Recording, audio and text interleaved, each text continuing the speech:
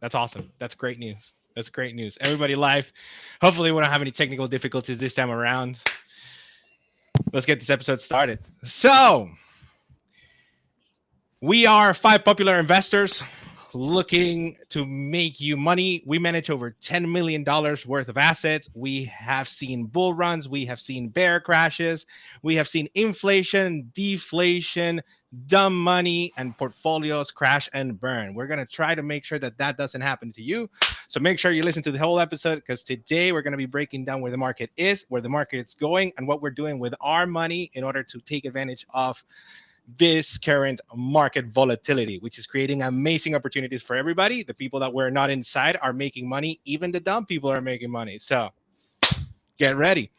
No hype, no guessing, just real strategies from the five of us because Akeem is coming later. You know what I mean? He always has to make an entrance. He always has to come in. But hopefully he makes it to the show. It's the four of us for now, but yeah, let's get it started. And the first part of the stream is going to be pretty easy, right? I want to understand what happened last week.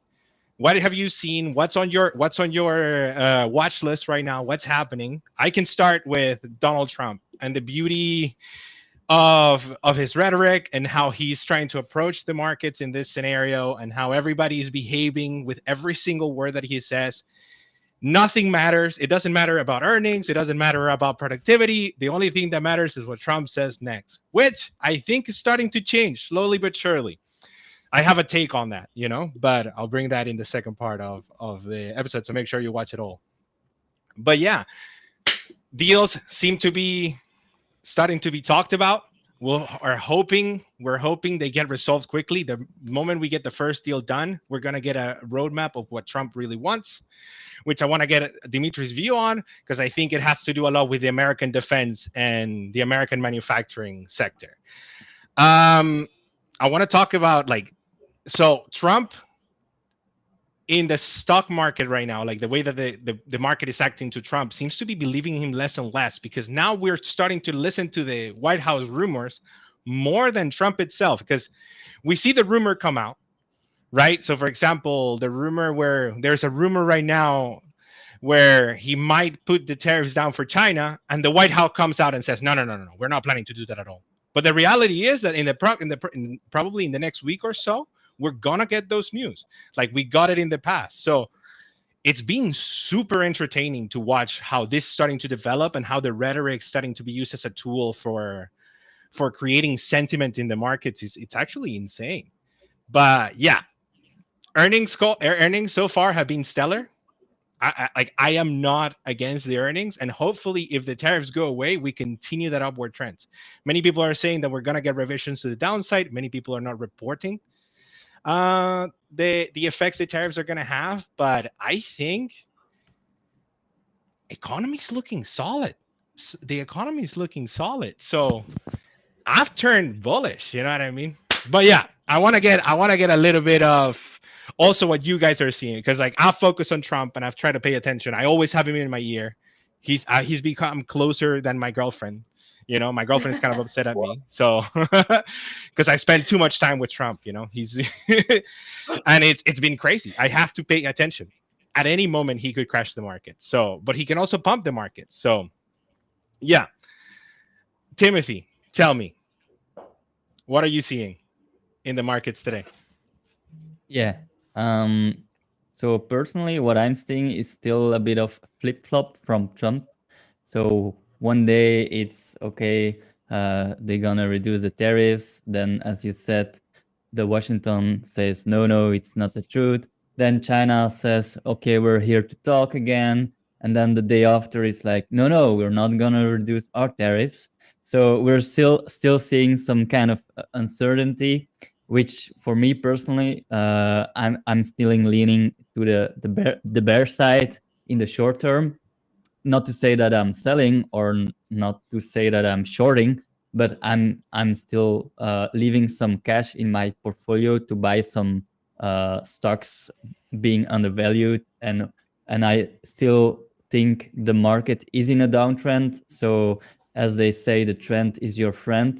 I believe we're gonna see at least a test of the lows we had previously. So that's really what I'm waiting for. and that could happen in the June timeframe. Selling may go away. That's when the markets could dip a little further.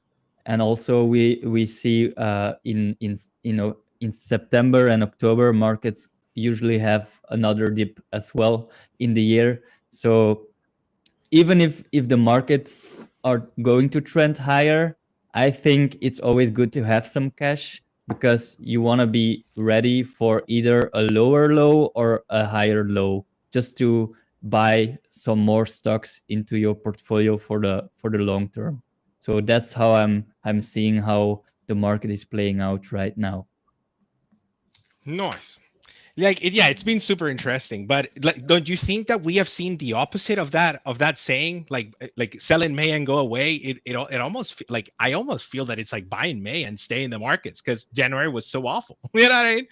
January, February, March was so awful in the overall market. So interesting approach. And this is why I love this the podcast, because it's different perspectives all bringing in together, and each person makes their own decisions. We're not financial advisors. We just tell you our opinions, and you do with that whatever you want. It's free and it's efficient because it's made us money for sure. Dimitri, tell me, what do you see? So what I'm seeing is the market behaving like a little kid that just got punished by his parents or her parents, and you get in trouble and they take your. Oh, Senor makes an entrance. Hola, buenos días. He's alive. ¿Qué tal? ¿Cómo estamos? Todo bien, gracias. Sorry, Dimitri, for interrupting. Go ahead. What I was saying. So the market is like basically a kid that got punished by its parents, and they take your car away, and you protest, and then they take your money, they take your phone, and then suddenly just taking your car sounds like a good deal. Okay? That's exactly what it is, because Trump started his second term with the tariffs that inherited from Biden. Then he spiked them to 65%. The market lost his mind. Then it went to 145, doubling down to 45. And yesterday, the rumor, which basically bets it, that they're going back to 50. So now suddenly 50 sounds like a good deal. Okay? So it's about this. It's about the setup. It's about the setup. And the setup yesterday from 245 to 50 sounds like a good deal. Now, as far as the leaks, I don't think they are leaks. I think they are purposely leaking because it's the administration that's leaking them. It's Bassett, basically his right-hand man. It's not like some dude in the back office, like anonymously, like the Fed does. The Fed does it like anonymously, but the administration purposely is leaking because Trump cannot be seen tweeting all the time. He can do every now and then, but I think it's a strategy, and they're going to go back and forth. I did a post today earlier that the worst thing, a quote from Trump from The Art of the Deal, that says you don't want to be seen looking for a compromise, looking for a deal desperately, because there's more blood in the water and then you get screwed.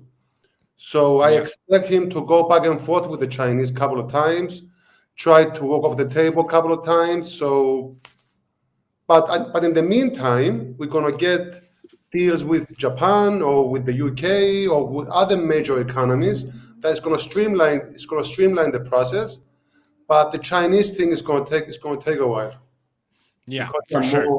There are more issues to resolve with the Chinese. With the rest of the countries, well, they were talking about a trade deal potentially could take like 3 to 4 years. The whole time Trump is president. So, I mean, we're talking about we're potentially going to get some backtracking of the tariffs and the tensions, but yeah, 50, I see it difficult right now for 50%, sure. 50% is closer to the Liberation Day than how he started, and the market celebrated that yesterday.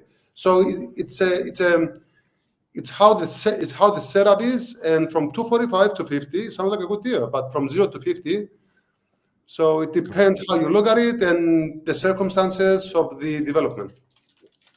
Correct. Okay, Mimi, I want to hear your takes. I want to hear your takes, because like we are seeing we're seeing resilience in the crypto markets a little bit. You know, we're seeing risk on sentiment come back on. I mean, gold was coming up, and yesterday it came down a little bit. So I want to hear your thoughts on the whole crypto space. Yeah, I mean, with crypto, the question really is, everyone's saying, is it risk on? That is the question. Like, is it risk on, or is the perception and the views of Bitcoin, of crypto shifting, digital assets and all that? And that's something that we need to really take into consideration. And there's such doubt still, because, there's a bit of like anxiety surrounding, when Inauguration Day and then, Liberation Day and all the chaos that's been happening. And now that we've seen time and time again over the last few weeks, a lot of strength, it's like, is this it? Like, is there a huge shift in the views of Bitcoin? And I think that at some point we do need to really accept that and say, look, very, very potentially, Bitcoin is seen as a safe haven. Bitcoin is decoupling from equities. Liberation Day, equities fell, and everyone was screaming decoupling. We had to give it the weekend. Then Monday came along, and Bitcoin, crypto fell, but not to the extent that we expected it to. So again, it just validated the fact that there is a slight decoupling. There is a shift in the view. And so those are my thoughts on Bitcoin at the moment. Another thing worth mentioning is that crypto, and I've addressed this recently when somebody asked, why is Bitcoin holding so strong? And we can address, the usuals, which is stablecoin reserves. We're talking about the dollar falling. We're talking about what else is there? M2, the global money supply as well. But the thing is, like, one thing, if we really delve deep into it, is that one thing that stands out is that Bitcoin and crypto, the asset class is in a space where there is both very stable long-term holders, investors, and also speculative liquidity running through the market. So meme coins are there. People are in this mindset of, fast returns, quick gains, shortcuts. It's always going to be there. And that's the psychological part of it. That's something to really take into consideration. Yeah, it seems Bitcoin has matured as an asset class, but then you still have the sort of like penny stocks of the crypto markets, which is just the altcoins and the new projects and everything in between, right? So it's exciting. I mean, it's exciting. I mean, the way that Bitcoin has stabilized around this volatility just has impressed me. Me a lot. And it's like my crypto portfolio is up this year. It's nuts, so it's like, it's crazy. Akeem, what do you see in markets? We talked about, so we have Timothy, which is a bit bearish. We have Dimitris, which believes we're going to get deals soon. We have Mimi that says Bitcoin is, the Bitcoin is stable and the asset class is growing. You have me, I was bearish. I was in Timothy's scam side, but I'm actually turning to the other side the more I'm hearing Trump, because the rumors that you hear from the White House ends up being the truth, not what he's just like announcing to the whole world all the time. So you have to read between the lines. What do you think? What are your thoughts in the last week of markets that have captivated your attention? So I was bullish and I remain bullish. I was saying that in the short term, I was not super bullish, but I was very bullish for the medium and long term. Now for the short term, I'm also turning somewhat more bullish than I was. So from 8 out of 10, I'm now a 9 out of 10. Reason is that the rumors we keep hearing from the White House and the announcements start going in the right direction. So you have Trump saying, me firing Powell? I never said that, right? So, I mean, he literally posted that the termination of Powell can come soon enough, right? But this week he contradicted himself. He said, I'm not firing Powell. And then you hear rumors from Bessent or from other White House officials that, deals are underway. The tariffs might come down, Chinese tariffs and other tariffs. So I am bullish, but I don't think that in the short term we're going to hit a new all-time high, because the situation we have today is much worse than we had before Inauguration Day, before Trump became president. Because the current administration is lacking really of professionalism. One week they announce, 200% tariff on China, and then another one 50%, and then it might go back to 100% depending on their mood and how they wake up. And maybe he didn't win at golf, and so he's feeling like he wants to raise the tariffs again. So there is a lot of volatility, and this causes actually a lot of people to unload from their US dollar holdings. That's why you had really a major crash in the US dollar. US dollar lost a lot of value since beginning of this year. I think more than 10%, and relative to other currencies also you've seen really relative to the euro, for example, the dollar is much cheaper, and this is one of the reasons why Bitcoin is actually holding pretty strong, because the dollar has become actually very cheap. It might become even cheaper. So I think Bitcoin, but not only Bitcoin, also gold and other assets that are other assets like that will rise in price as the dollar continues falling. So I think it's important to have an allocation to gold or Bitcoin or both, ideally both. But for equities, I think it will take time. I had mentioned that we're going to have some kind of like stairs pattern. It's not going to be a proper V recovery, like a sharp one where we go to hit a new all-time high. I think it's going to be now, slowly the capital markets need to gain trust again in the Trump administration. The bond market already explained to Trump that there are certain boundaries that he needs to respect. Which I mentioned with Powell, but I think the stock market also sent a message, and that's why you start hearing rumors that are rather bullish coming out of the White House. But to rebuild the trust, it will take some time. So I think maybe May and June will be months where that trust will start to be rebuilt, and then we're gonna have. I think we're gonna have very good end of year. But of course, it depends also on the trade deals that they're gonna manage to get now. Okay, so Timothy, because the thing is like I agree with Kim and Timothy. I think volatility is here to stay, and it's going to create amazing opportunities to buy amazing companies. Whenever we see this, but Trump can wake up tomorrow and say something crazy, and then the price of major assets are going to come down. If you have your buy orders, you're going to be able to buy amazing. So Timothy, can you repeat? Can you tell me when are you expecting the bottom?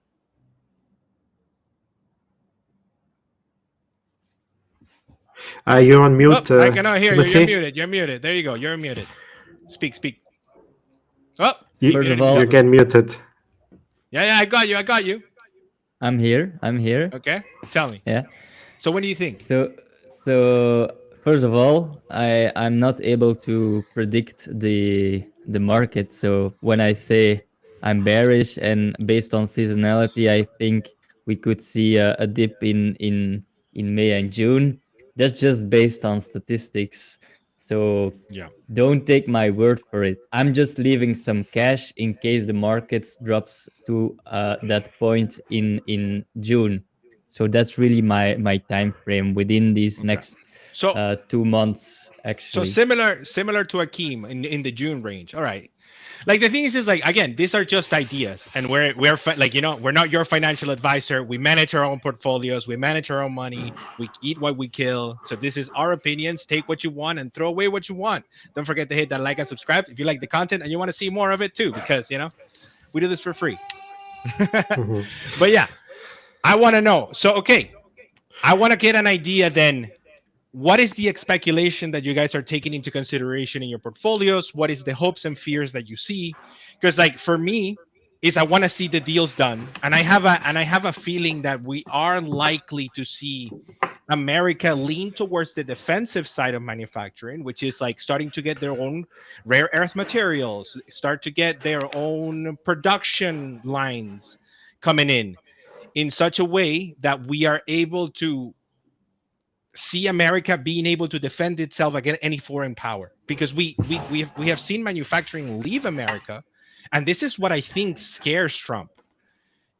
So I'm hoping, I want to hear your 2 cents on this and get an idea of what you guys see. Because it's some of the things that Trump is saying, everybody's focused on tariffs right now, but the reality is that Trump also has promised other things. He's just focusing really heavily on this, and I didn't think he was going to like this was the main thing that he needed to get across.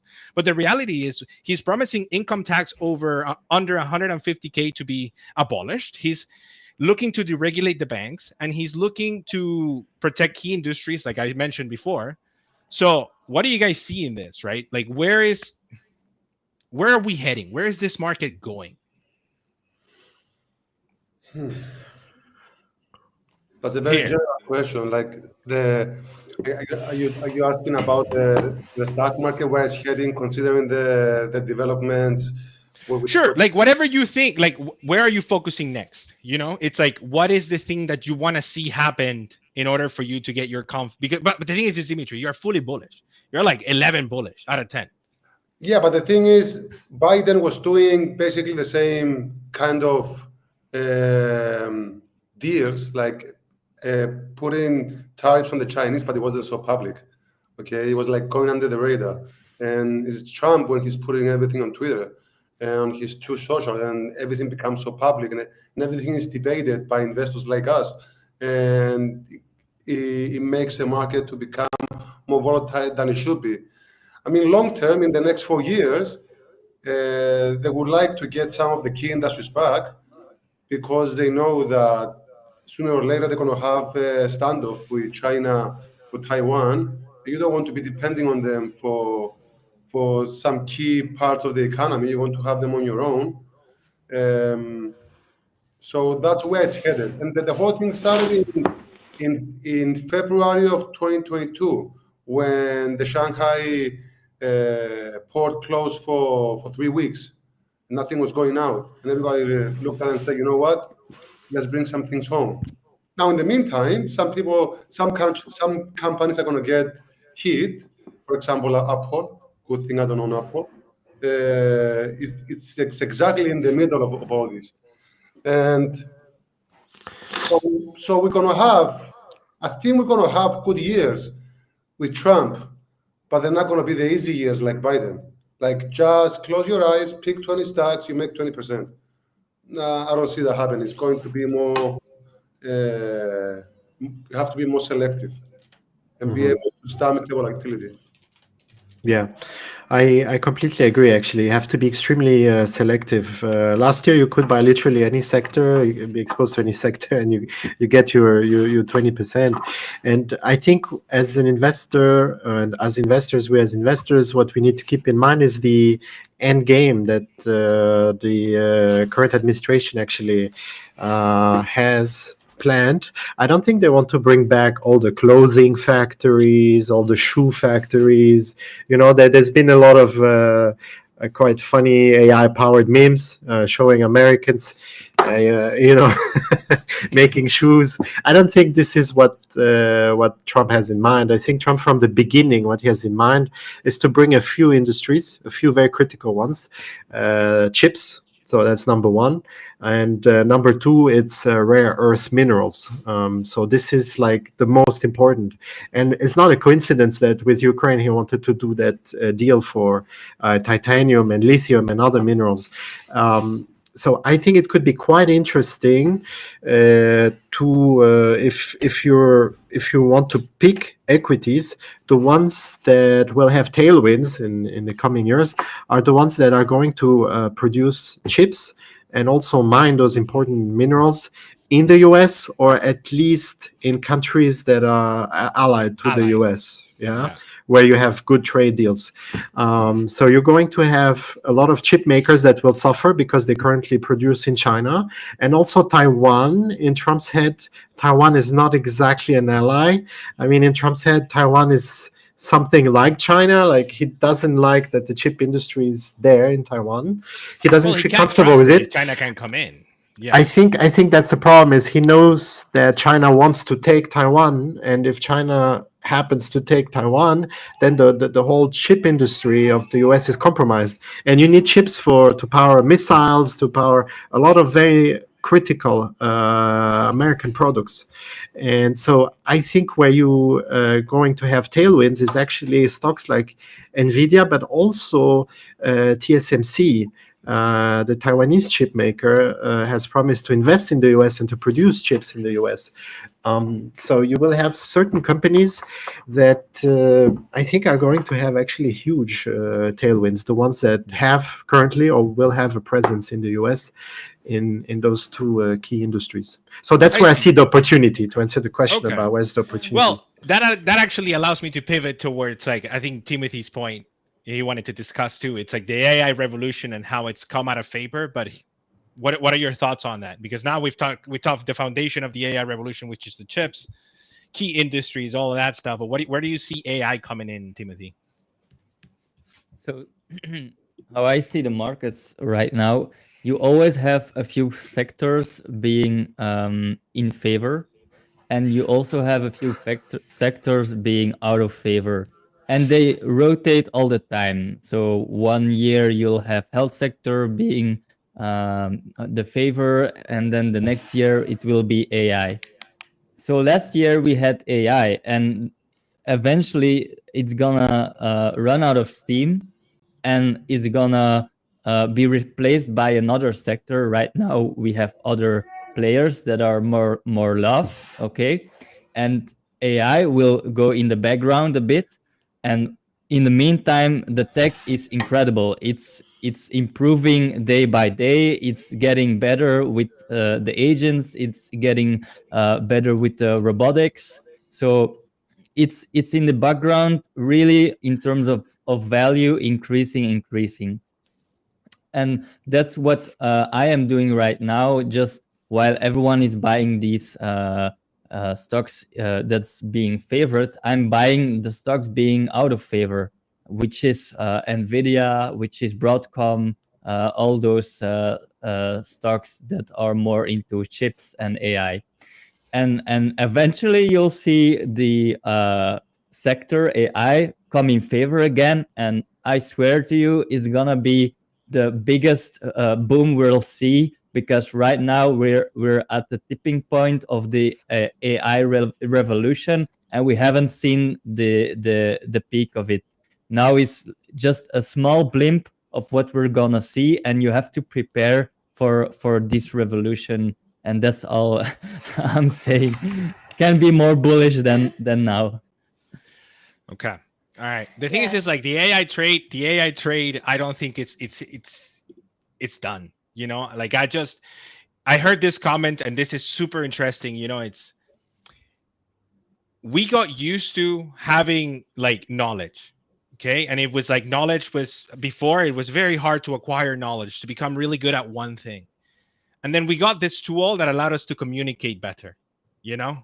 And then this tool became like, we had an encyclopedia in our pockets, you know, like the smartphone allowed for knowledge and communication to be fast spread. Now we have AI, which AI is having the smartest person in any field in your pocket right now. Where can we go next? You know, it's like, if we like, imagine what Steve Jobs could have done with AI. Imagine what like the greats, if they had access to this technology. You know, it's like we're living in, like, in my opinion, the best time ever in the history of the world, where we have access to items in seconds. We have can I add something? Yeah, can I add something? Quick, because I gotta give it to Mimi. Yeah, I gotta pass the baton to Mimi. So no, for sure. I mean, it was just one sentence actually. It's just AI stocks. Actually, I prefer to buy them now when everyone is kind of forgetting about them. Everyone was buying like crazy when, you know, AI was trendy. The hype has faded, but the real world AI applications are really crazy, and AI keeps getting adopted, and the AI companies, they keep growing like crazy. So I think you have really an amazing opportunity. I mentioned previously, when you have a fast grower that is trading at, I don't know, 25 PE, and then you have a utilities company at 25 PE, you have the market inefficiency, and you gotta go with that fast grower AI play for 25 PE, because the growth rate is way above 25%, and you really have like a huge opportunity in AI now for sure. Yeah, well, it's funny because the earnings are starting to show where the earnings growth in the companies, the utilities, is not coming through when people are finding like there are opportunities right now in expensive companies that we call expensive, But if the growth continues, You know, I mentioned, and Timothy also mentioned some volatility in May and June. It's also related to the earnings that are going to be released now. You're going to have a lot of very complicated outlooks because it's very difficult to have a proper outlook. And so you're going to have some complications there, and you're going to have also some macroeconomic data that are coming out, and we will see if tariffs had any impact or not. That's why May and June are going to be very, very tricky. And full of opportunities, actually.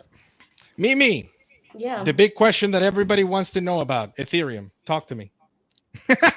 Before I get into Ethereum, I just wanted to add with the AI play. I mean, like as we're speaking, Fetch AI is up like 12-13% right now, while others are just, flatlining.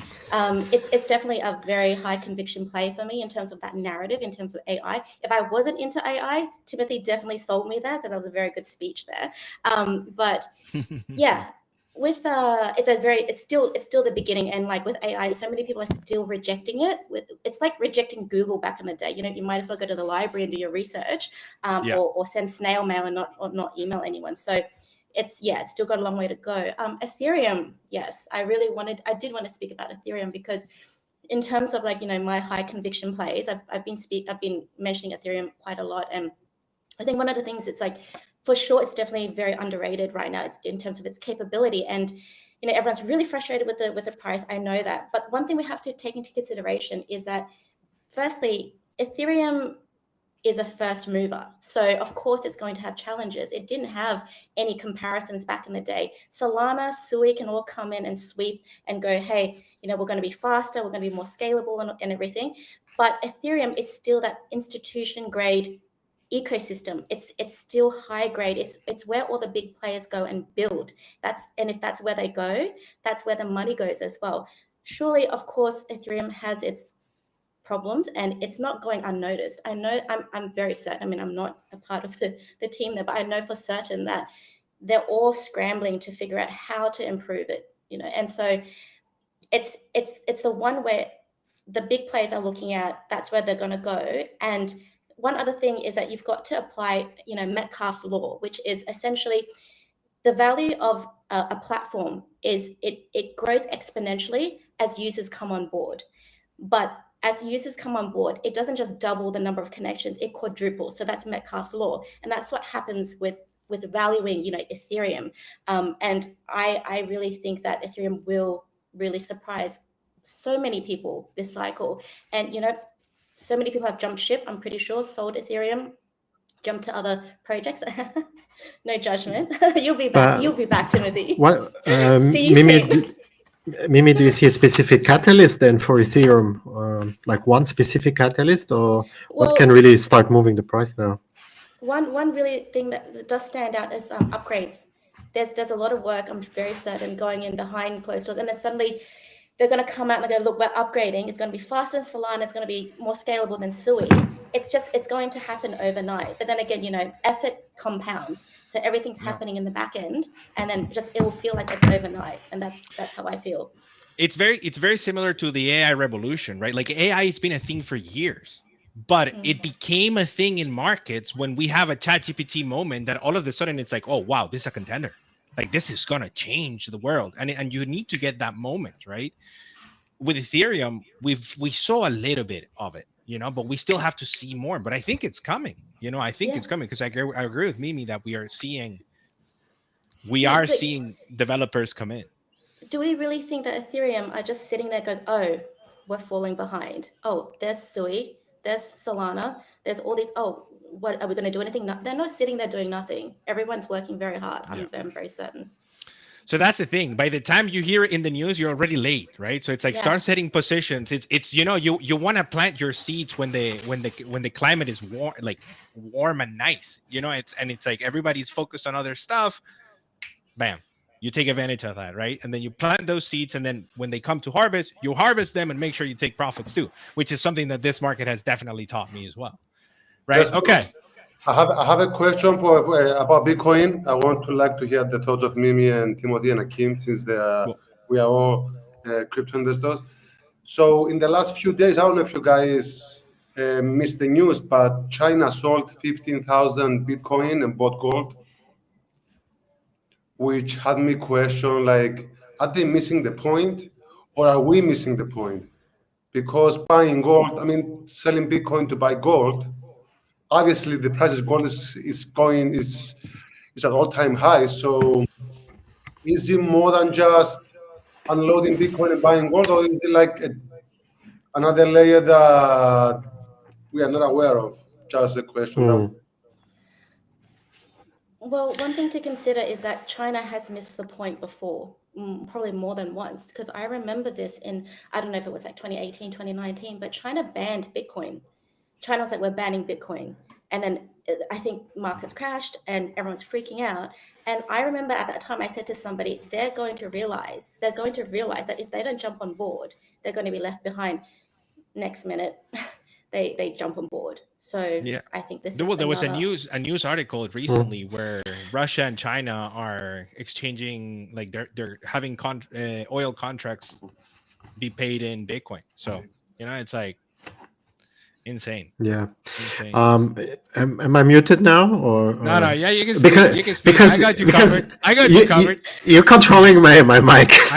I am. So He's not letting me, but I am. I have like I have zero sovereignty on the mic.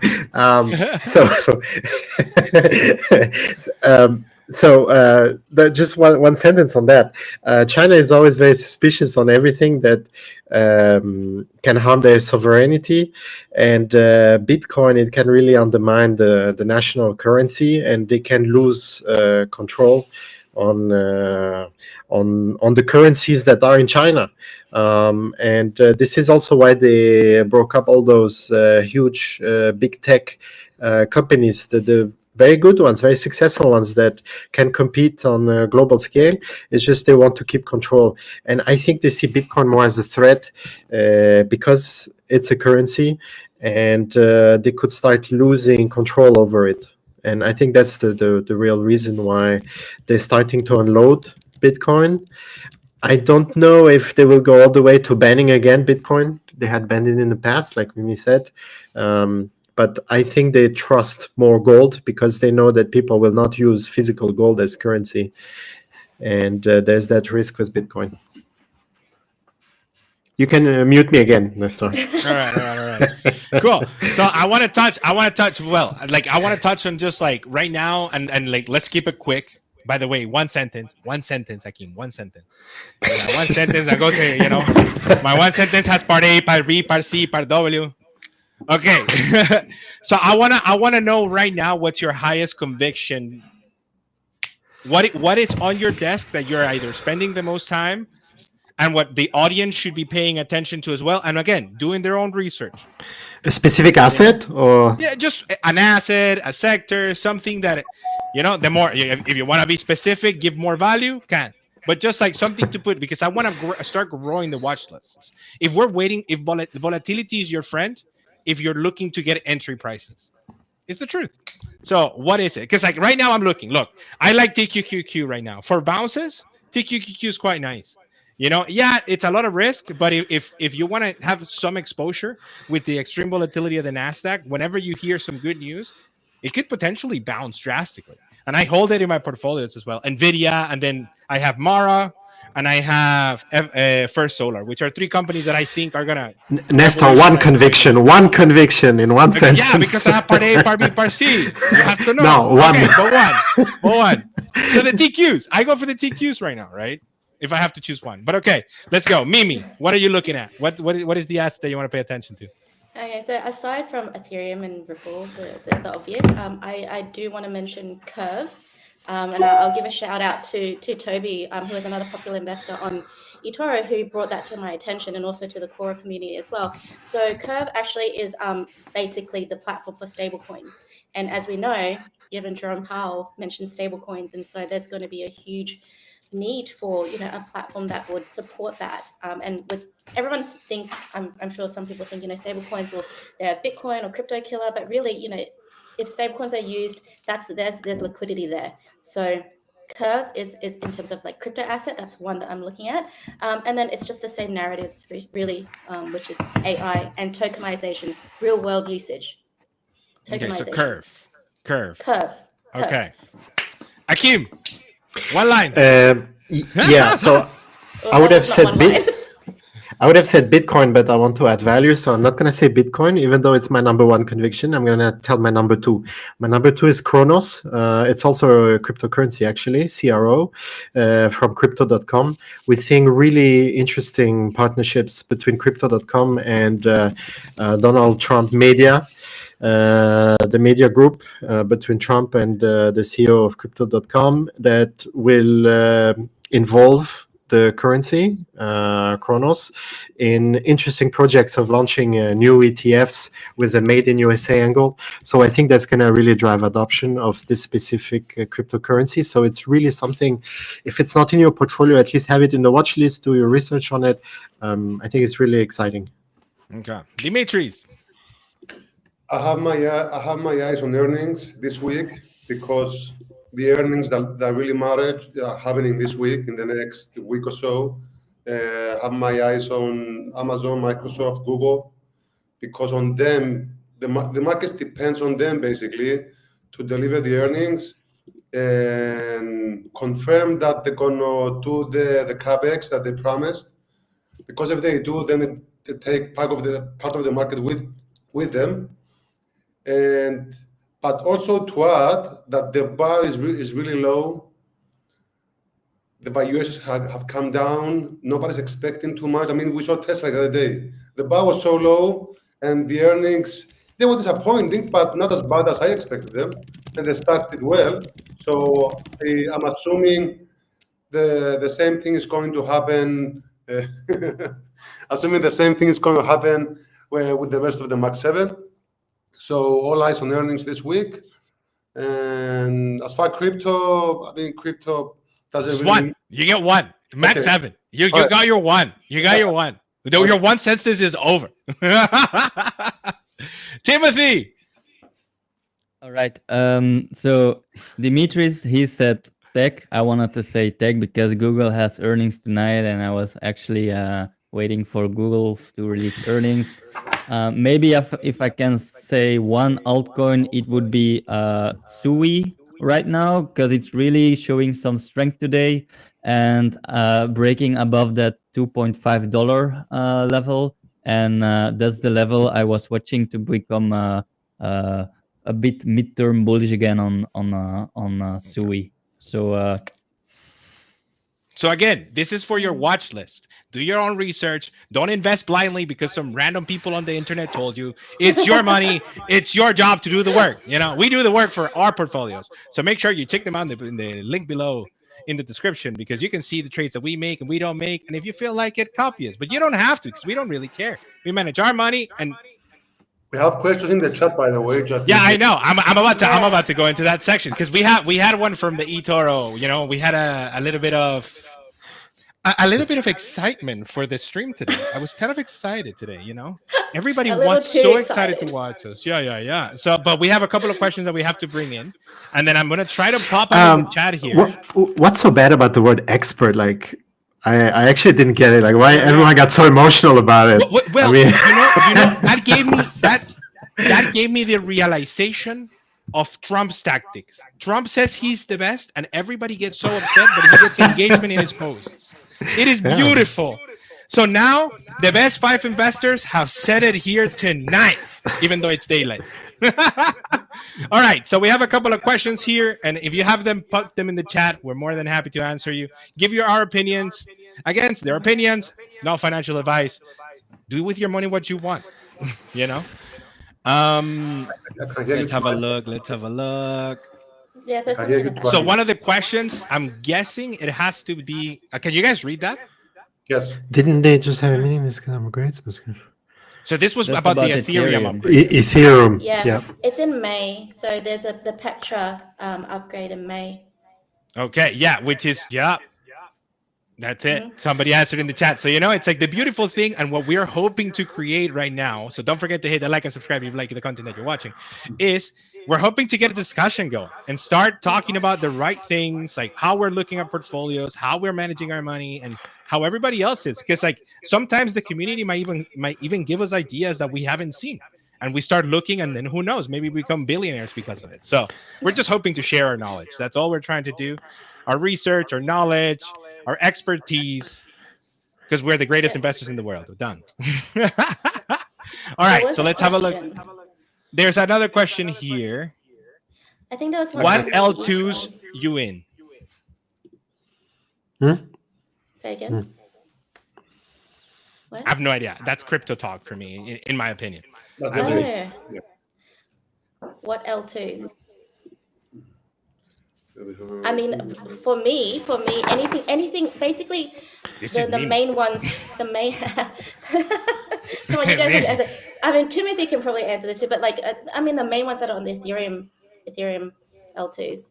I can't really name. There's so L2 many. means layer 2 on Ethereum, and Yeah.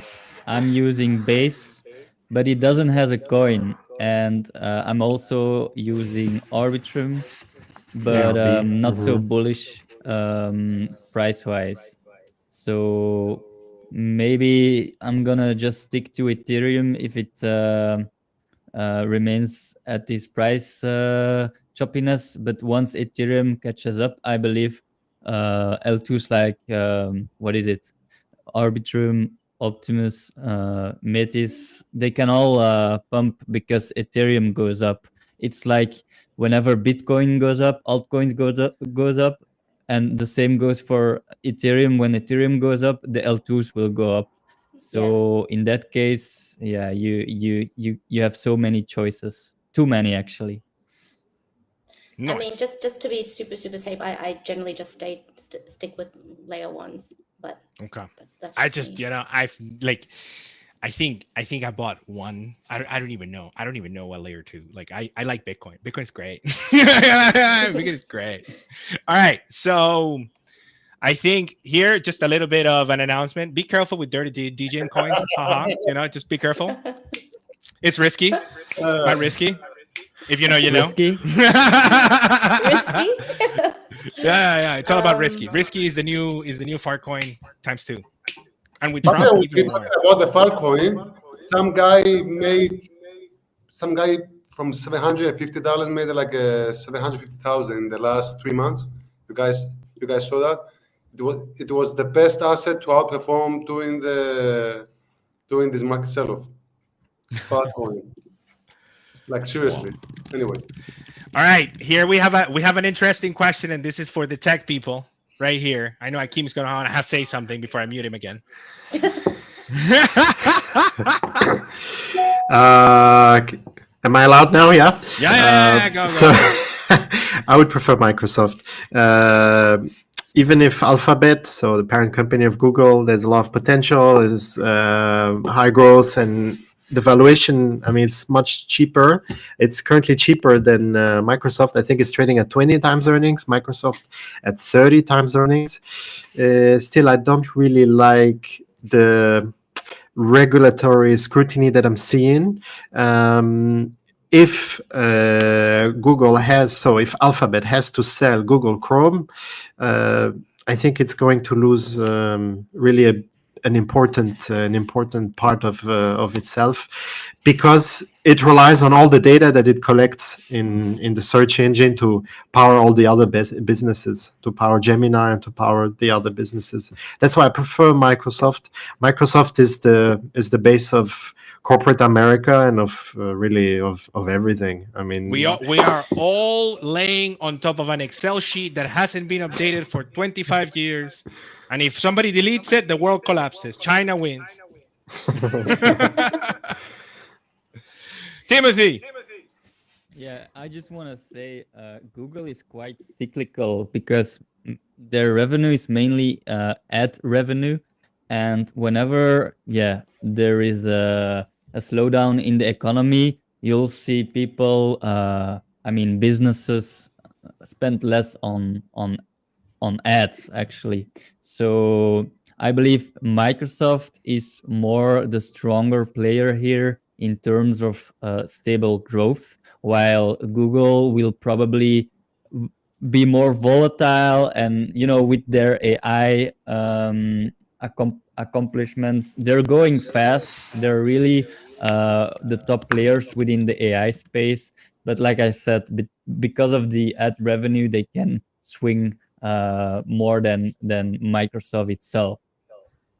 Okay. Well, sorry, go.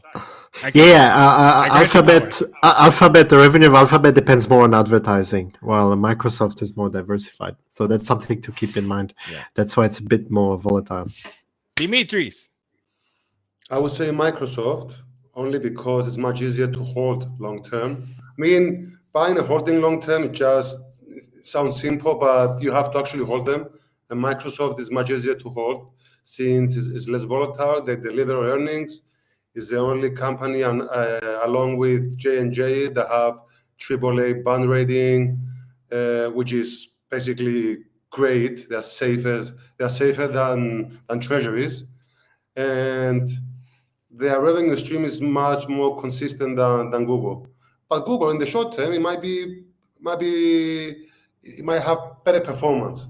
So Man, I like the AI tools Google is coming out with. I'm not gonna lie, I like them a lot, but they are not advertising them well.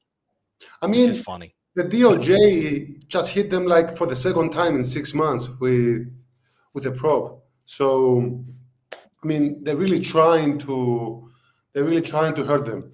So you have to take that into consideration, and you have to remember in the 90s, Microsoft got some of that, and they lost a decade.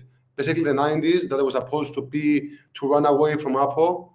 Okay, they were dealing with the DOJ, and they lost a decade, and still they became the company that they became. Today. So, but if I have to choose, I'm going to say Microsoft, and I am choosing because it's my top position in my portfolio. So, Nice. Okay, Mimi.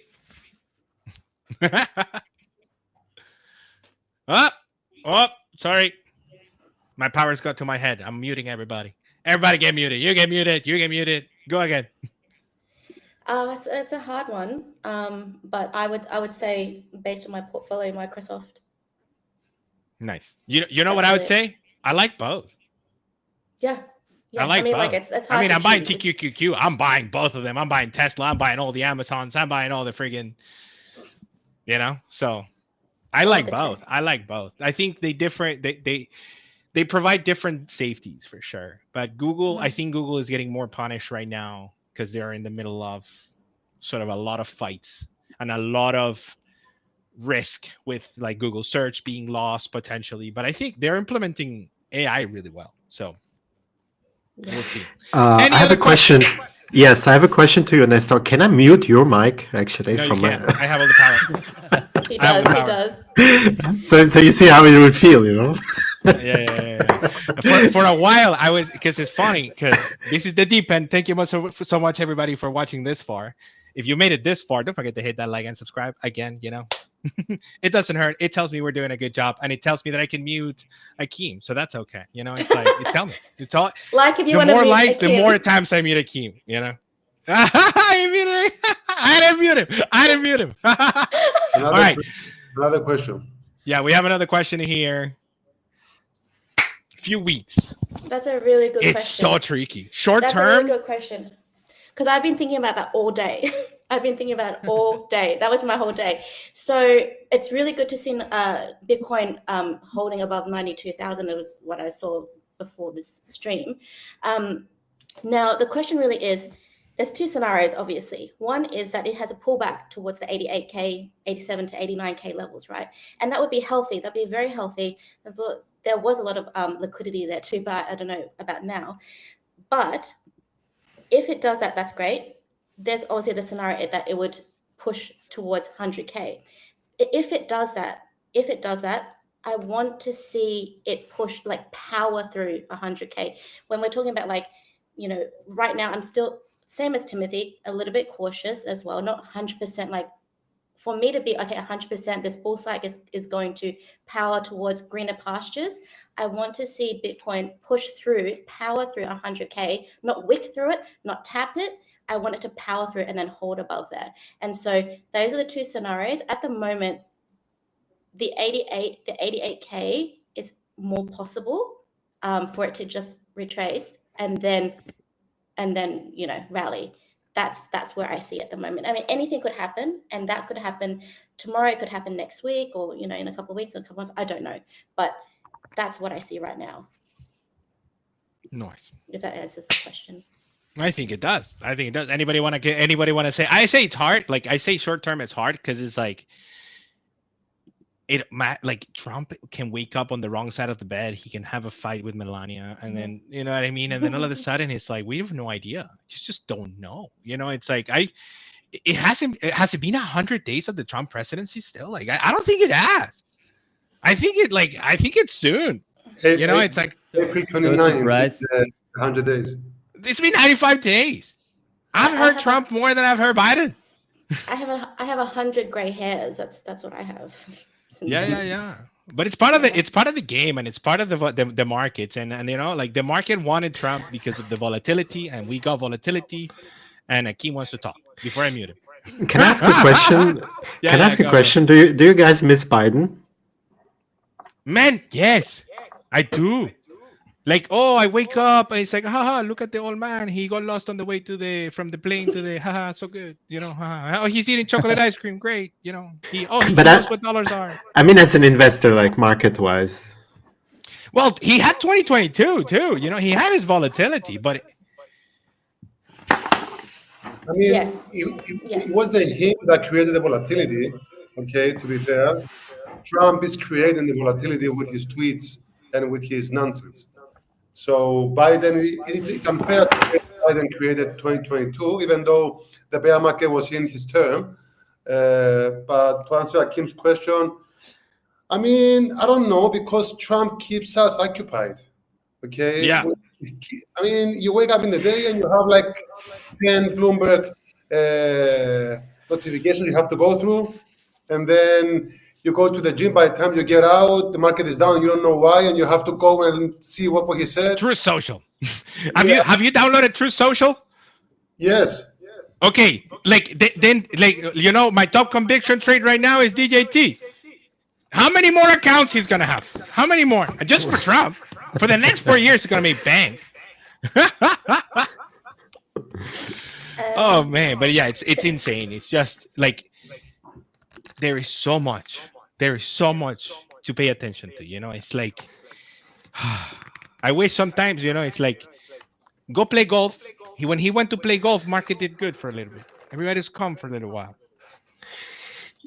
Yeah. But yeah.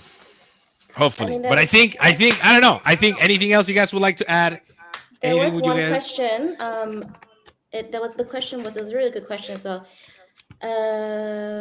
When you are thinking about your big bets, what prices are you using for your valuations expectations? Yes. So Yes, that was important. Yeah, that was from eToro. Yes. Yeah. So I don't know. Akeem, you want to go? Dimitri, Timothy. I didn't exactly understand the question. Like, what prices are we using? What? Or what tools? So, how do you determine the value of an asset? How do you determine how much is it worth? Okay. I have a simple trick for stocks. A very simple one. It doesn't mean that it's the right one. I use a combination of a lot of different tools. You kicked out Timothy. You have too much power, Nestor.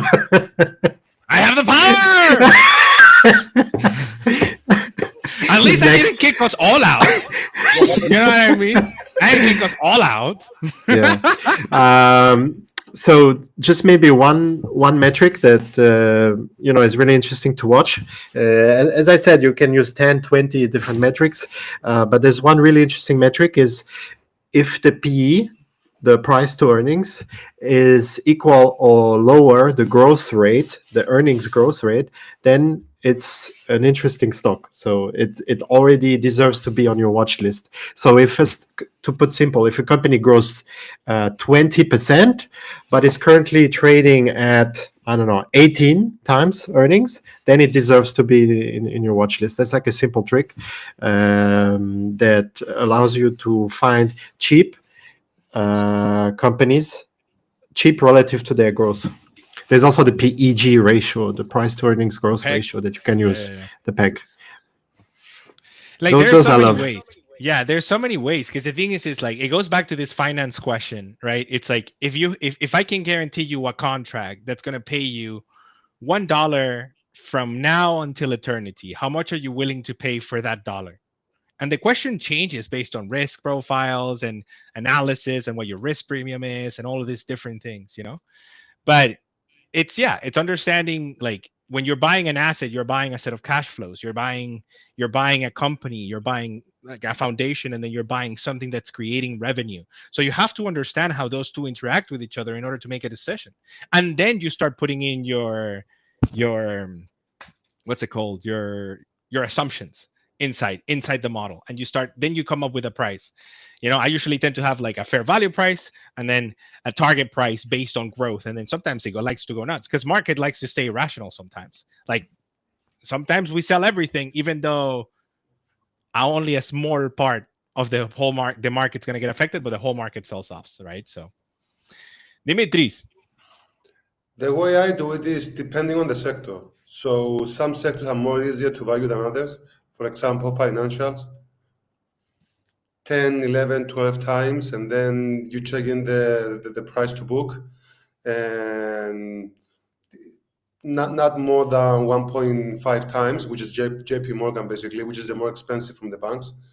Only lately has been a bit cheaper than, I think, from Bank of America, Morgan Stanley. So that's for banks. For energy, I would like to get them in the single-digit price to earnings, because they're so heavily dependent on energy. And the last time I got into ExxonMobil, it was like single-digit price to earnings and a high single-digit in dividend, which is worthwhile to take the risk. Technology is really difficult to value, okay? And I know people have their theories, and I have my theories, and each investor does whatever it seems like correct to his judgment. But with technology, I can only say is very expensive or is very cheap. I can't seem to find, okay, this is precisely the right moment to buy. So there you have to look the 52-week low and high, and you would like to get them on the low, now on the high. Even when you do rebalancing and you have to rebalance them, you don't want to buy the highs with them because they are so traded from the market, and that's going to get you in trouble. Like, for example, Microsoft 25, 30 times is good, but Tesla 70 times, and Amazon. So they are all over the place. Yeah. Like, technology is one sector, but each company has a different way to do it. So yeah, I can't give a concrete answer how to value technology, but it goes more with technicals as well, not just fundamentals. No, it's the truth. It's the truth. No, like the thing is, Timothy, you always have to account for the growth. And what I like to do is look at the PE ratio, accounting for growth, but also not comparing with other companies. Compare it with the same company in its history. Look, okay, where did it was 10 years ago, and you'll see that it will have an average. For example, let's say Google right now, its PE is based on its average, more undervalued compared to where it was in 2020, okay, when there was this big boom. And you can check this for every company. Just look at the PE ratio for the same company in its history, like where it stands right now compared to the past, and then you'll see the average of its PE ratio. That's more my method in case I wanna check how priced it is, and also the discounted cash flow method. And one sector that doesn't need to evaluate at all is utilities. Utilities are just valued at whatever they are priced. That's their value, basically. Yeah. The market has it right. Like, that is a sector that the market knows. The market knows. It's because only boring people invest in it. You know, it's like bankers. You want to know the truth of the world? Ask a banker. He'll tell you the truth. He'll be like, the numbers say this. Based on the numbers is this. Mimi, how do you value your sorcery?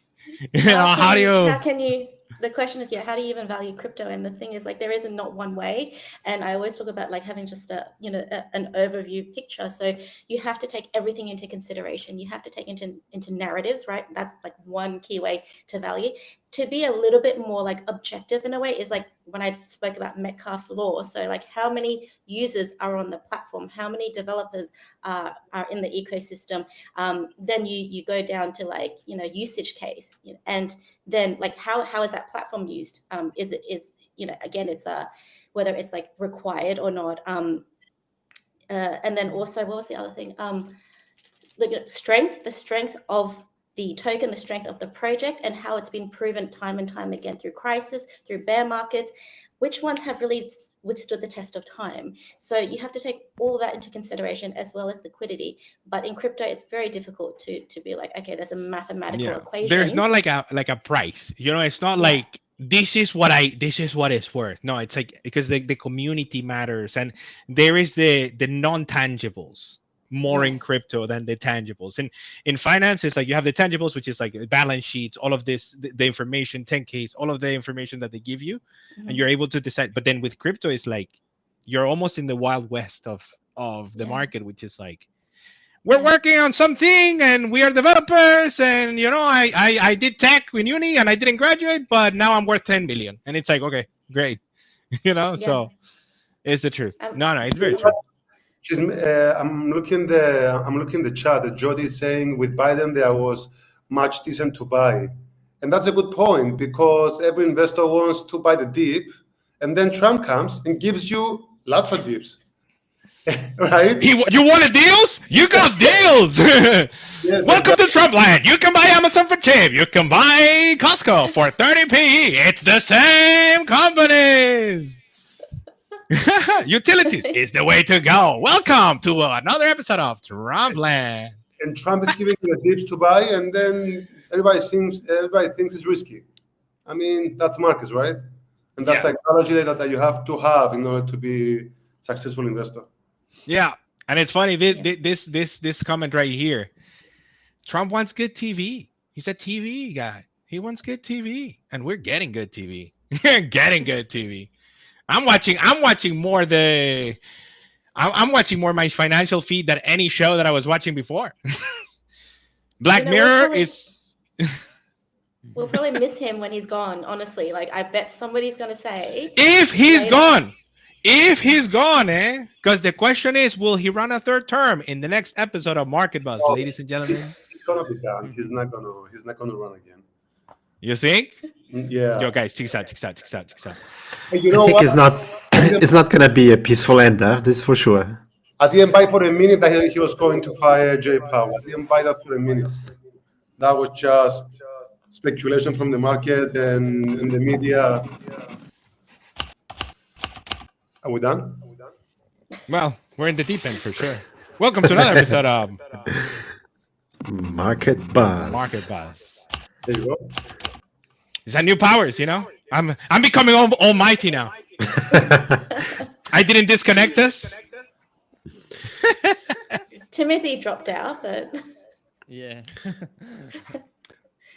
Timothy wanted to make an entrance. Like a like a Kim. Exactly. Oh man. All right. Well, everybody, thanks so much for watching. I appreciate you all. Don't forget to hit that like and subscribe. If you have any comments, if you want anybody to talk to us, we are working on some things behind the lines. We're going to be doing this every Thursday, hopefully, to try to share as much knowledge as we can and how the markets are behaving. And hopefully we save you some money, and hopefully we make you some money. And hopefully we do something good. And if we don't, unlucky. That's what experts are for. Oh, man. But yes, it's the truth. Well, thank you very much, everybody. It was a pleasure. Thanks so much for watching. Peace. All right, I have to hit it twice because now I know how to stop this, which is going to be great.